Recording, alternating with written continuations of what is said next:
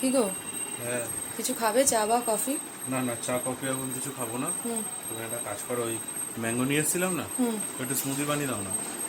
ওই আর বেশি মিষ্টি দিও না। মিষ্টি কি একেবারেই দেবো না, না না মিষ্টি না না, ছাড়াই করবো? মিষ্টি ছাড়াই করো। তো ঠিক আছে, ঠিক আছে, দেখো ফ্রিজে নিয়ে এসে আম রাখা আছে, আর স্মুদি বানিয়ে দাও। ঠিক আছে, হ্যাঁ। ঠিক আছে।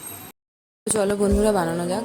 তো আমি দেখো আমটা নিয়ে নিলাম, সেটা ফ্রিজে ছিল বলে একটু শুকনো মতন হয়ে গেছে।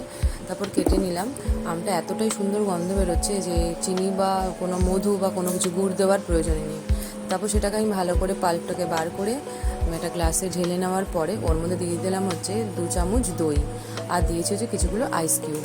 তারপর ওটাকে মিক্স করে ব্যাস রেডি হয়ে গেল।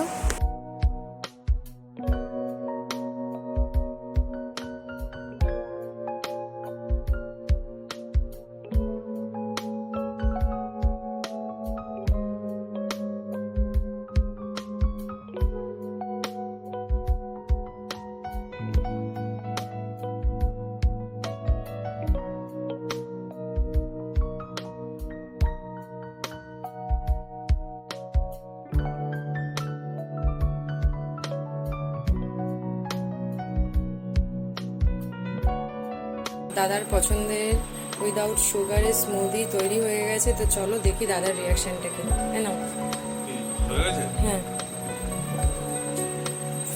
খেয়ে বলো। দেখো চিনি ছাড়া করেছি, হানিও দিই না। কেমন হয়েছে বলো?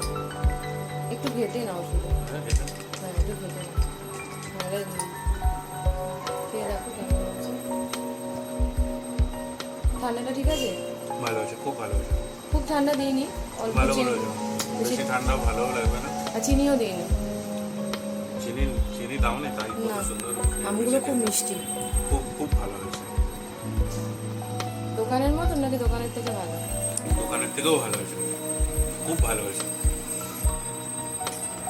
তো বন্ধুরা, এরকম রেসিপি যদি তোমাদের দেখতে হয় তাহলে অবশ্যই @হিন্দু ব্লগটাকে সাবস্ক্রাইব করতে হবে, হিন্দু ব্লগ চ্যানেলটা, হিন্দু ব্লগ চ্যানেলটাকে সাবস্ক্রাইব করতে হবে, আর লাইক শেয়ার কমেন্টস কিন্তু অবশ্যই করবে, আমাদের ভালো লাগবে।